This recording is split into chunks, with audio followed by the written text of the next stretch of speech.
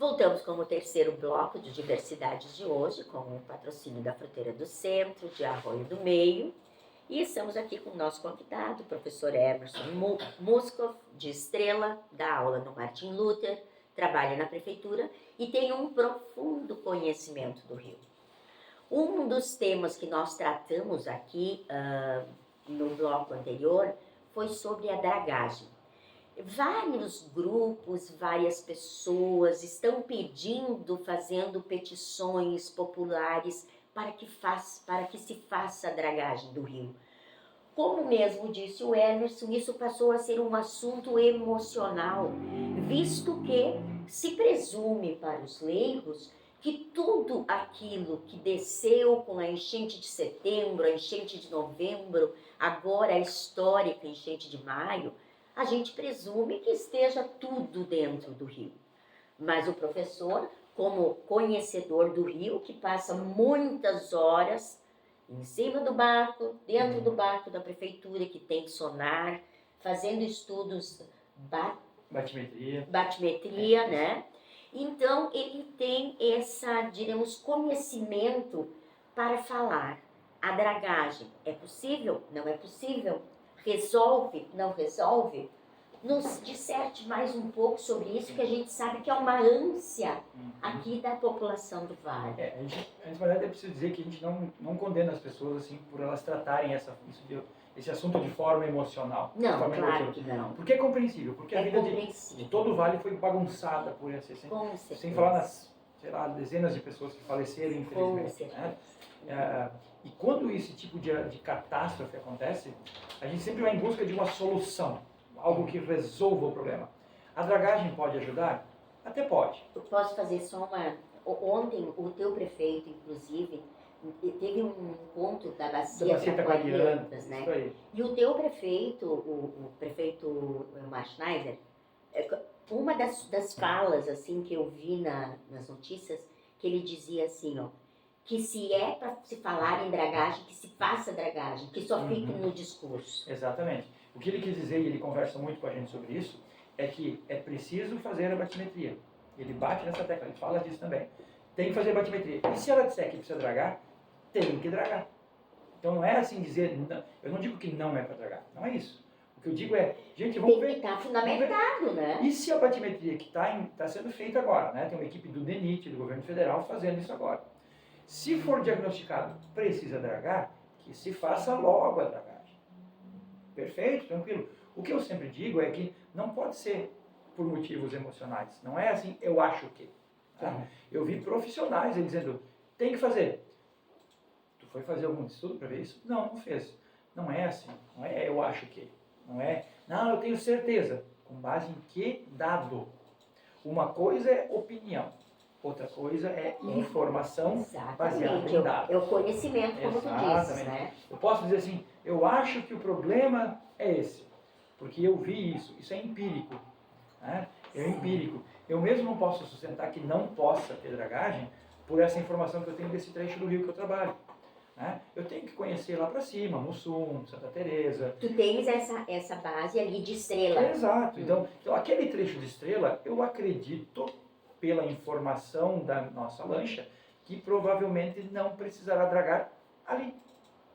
Mas isso é uma informação compartimentalizada, ela é pequenininha. Exato. Eu preciso do todo. Da extensão. Exato. Né? E a batimetria que vai dizer isso. Né? O que faz a batimetria? É uma máquina com sonar que vai medir a profundidade. Existem hoje já drones que fazem isso, barquinhos drone, mas essa equipe que está fazendo aí é um barco com um sonar. E ele vai medindo. E como é que ele mede? Ele fica indo de margem a margem, fazendo um perfil do rio. Ele fica fazendo isso. Né? E aí é como se fosse um scanner. Depois eles juntam todos esses dados e eu tenho um mapeamento do relevo submerso. E o que é interessante, né? Esse é fundamental, essa informação para a população, para eles entenderem o quanto isso é importante. Em agosto do ano passado, o DENIT terminou uma batimetria, antes da primeira enchente. Em março deste ano, o DENIT terminou outra batimetria, antes da grande enchente de maio. Agora, quando nós juntarmos as três batimetrias, agosto, março e provavelmente julho, quando terminar essa, talvez agosto, aí sim nós vamos ter um retrato do rio, como era e como ficou. Aí os engenheiros que trabalham com isso, eles vão nos dizer, precisa dragar tudo. Ou precisa dragar tal trecho não E precisa. a dragagem, ela é um processo, diremos, moroso, um processo caro? Sim, ele é caro. Ele é caro, ele não é barato. Assim, com base em outras dragagens que já ocorreram no rio, a gente pode dizer que pode custar aí fazer todo o rio, sei lá, uma centena de milhões de reais para dragar todo o rio. Centenas de milhões. 100, 120 milhões de reais pode custar isso, né? Se dragar tudo. Se não for necessário tudo, nós não podemos esbanjar, muito menos o poder público. Então tem que dragar aquilo que é necessário. E outro cálculo tem que ser feito, e aí eu recomendaria o quê? Vamos ter a batimetria. Quem deve decidir sobre ou dragar ou não dragar? Eu cito muito o Instituto de Pesquisas Hidráulicas da URGS. Esses professores que trabalham lá, eles têm a graduação nas engenharias e outras áreas, mestrado, doutorado, pós-doutorado. E o que é isso? Mestrado e doutorado não é ler livro. É fazer teste prático de campo e o resultado desse teste prático de campo transformar em livro. É conhecimento virando informação. Não é achar. Por que eu digo? Pega essa batimetria, entrega esse resultado na mão desses cientistas. E eles vão nos dizer, bom, com base em softwares de cálculo complexos, joga os dados e vai levar horas para ter a resposta. Eles vão nos dizer, precisa dragar e aonde. Então, essa parte. Exato, não é eu acho. E Emerson, esse lixo, essa concepção que a gente tem assim, ó, porque foram levadas detritos, casas, árvores, animais, claro, alguma coisa vai se decompor, né, com o tempo, né? Mas esses detritos, a gente pode dizer que eles ficaram lá? Não dá para afirmar isso. Tá?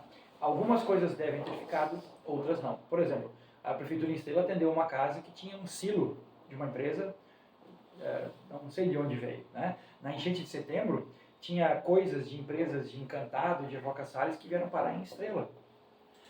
Teve uma... Mas não no leito do rio. Não, nos pátios das casas. Nos pátios das casas. Sim. No bairro Moinhos, ali, tem casas que foram destruídas, são 2 ou 3, por um silo que veio rolando e tratorou, a gente brinca assim, né?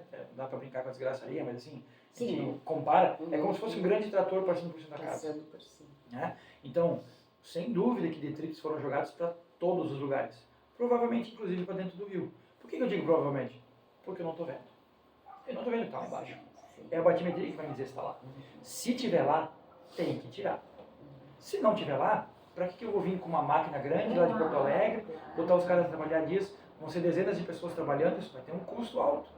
Então, se é necessário, que você faça. Mas eu tenho que descobrir, usando ferramentas científicas e tecnológicas, se é necessário ou não. E onde é necessário. Exatamente. Por exemplo, eu disse que em Estrela, entre o Parque da Lagoa e o Porto, ficou até mais fundo depois de setembro.